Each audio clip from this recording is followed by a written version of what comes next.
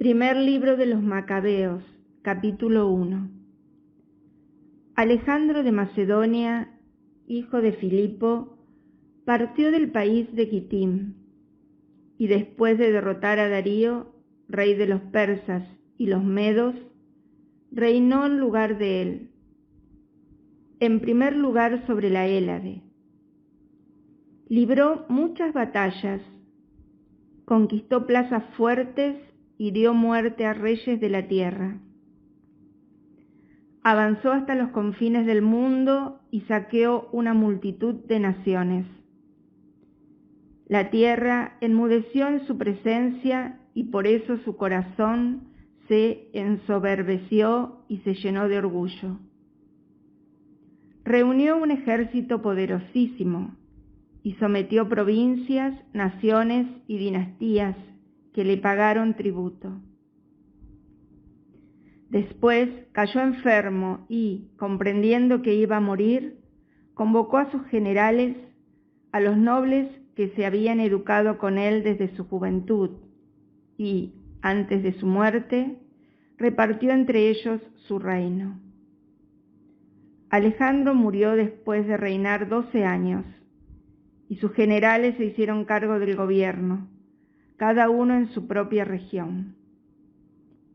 Apenas murió, todos se ciñeron la corona, y sus hijos los sucedieron durante muchos años, llenando la tierra de calamidades. De ellos surgió un vástago perverso, Antíoco Epífanes, hijo del rey Antíoco, que había estado en Roma como rehén y subió al trono el año 137 del Imperio griego. Fue entonces cuando apareció en Israel un grupo de renegados que sedujeron a muchos, diciendo: «Hagamos una alianza con las naciones vecinas, porque desde que nos separamos de ellas nos han sobrevenido muchos males». Esta propuesta fue bien recibida y algunos del pueblo fueron enseguida a ver al rey, y éste les dio autorización para seguir las costumbres de los paganos. Ellos construyeron un gimnasio en Jerusalén al estilo de los paganos, disimularon la marca de la circuncisión y, renegando de la Santa Alianza, se unieron a los paganos y se entregaron a toda clase de maldades. Cuando Antíoco se sintió seguro de su poder, proyectó apoderarse también de Egipto, para gobernar sobre ambos reinos. Entonces entró en Egipto con un poderoso ejército, con carros, elefantes, caballería y una gran flota. Allí atacó a Ptolomeo, rey de Egipto. Este retrocedió ante él y huyó, dejando muchos muertos. Antíoco ocupó las ciudades fortificadas de Egipto y saqueó todo el país.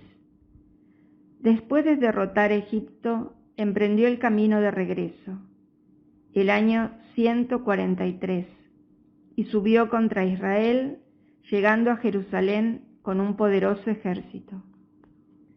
Antíoco penetró arrogantemente en el santuario y se llevó el altar de oro, el candelabro con todas sus lámparas, la mesa de los panes de la ofrenda, los vasos para las libaciones, las copas, los incensarios de oro, el cortinado y las coronas, y arrancó todo el decorado de oro que recubría la fachada del templo.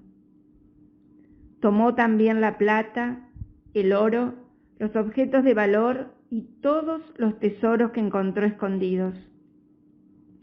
Cargó con todo eso y regresó a su país, después de haber causado una gran masacre y de haberse jactado insolentemente.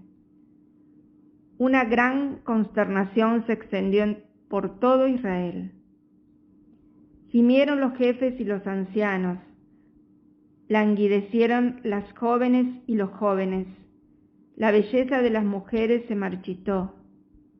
El recién casado entonó un canto fúnebre. Sentada en el lecho nupcial, la esposa estuvo de duelo. Tembló la tierra por sus habitantes y toda la casa de Jacob se cubrió de vergüenza.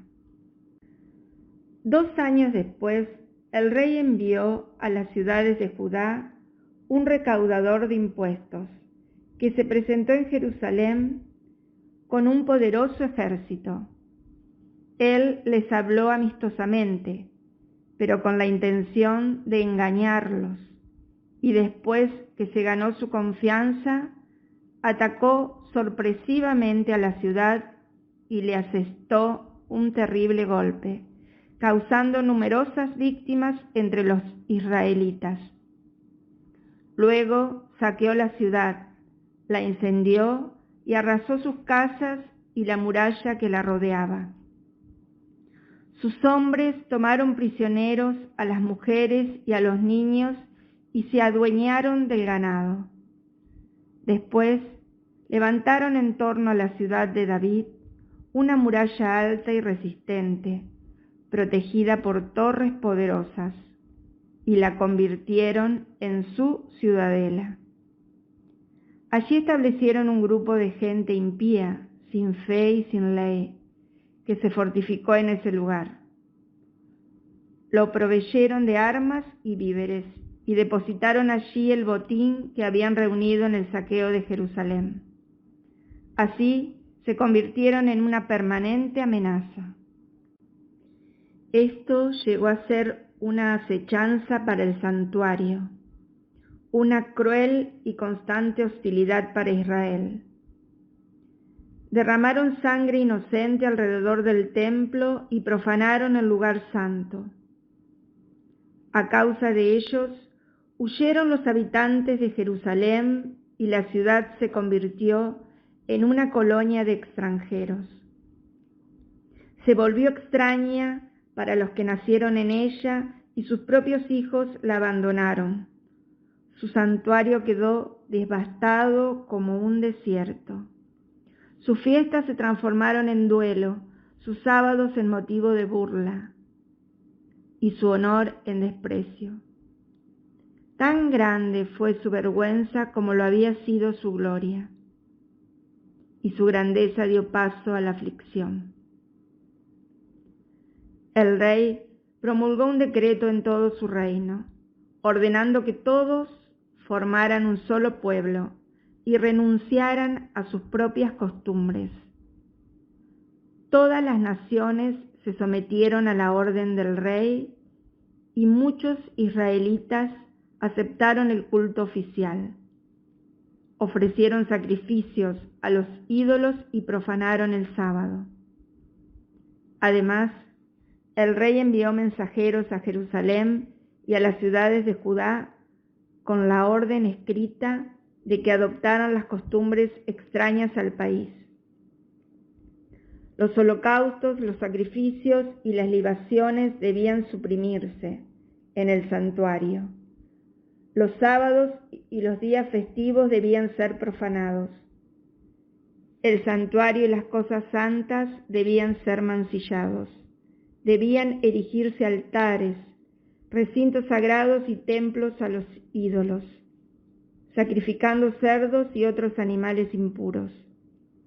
Los niños no debían ser circuncidados y todos debían hacerse abominables a sí mismos con toda clase de impurezas y profanaciones, olvidando así la ley y cambiando todas las prácticas.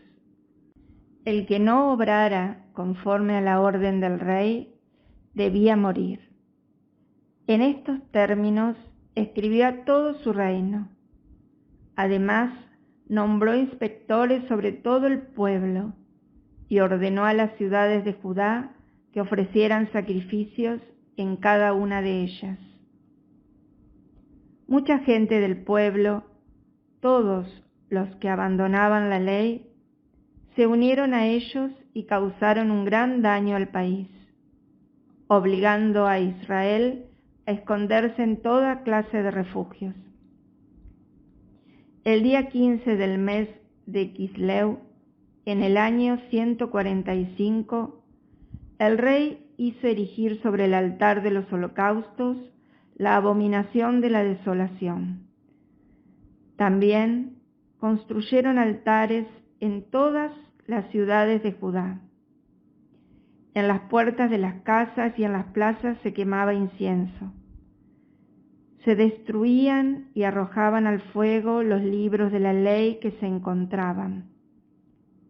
Y al que se lo descubría con un libro de la alianza en su poder, o al que observaba los preceptos de la ley, se lo condenaba a muerte en virtud del decreto real. Valiéndose de sus fuerzas, se ensañaban continuamente contra los israelitas, sorprendidos en contravención en las diversas ciudades. El 25 de cada mes se ofrecían sacrificios en el ara que se alzaba sobre el altar de los holocaustos. A las mujeres que habían circuncidado a sus hijos se las mataba, conforme al decreto, con sus criaturas colgadas al cuello. La misma suerte corrían sus familiares y todos los que habían intervenido en la circuncisión. Sin embargo, muchos israelitas se mantuvieron firmes y tuvieron el valor de no comer alimentos impuros. Prefirieron la muerte antes que mancharse con esos alimentos y quebrantar la santa alianza, y por eso murieron. Y una gran ira se descargó sobre Israel.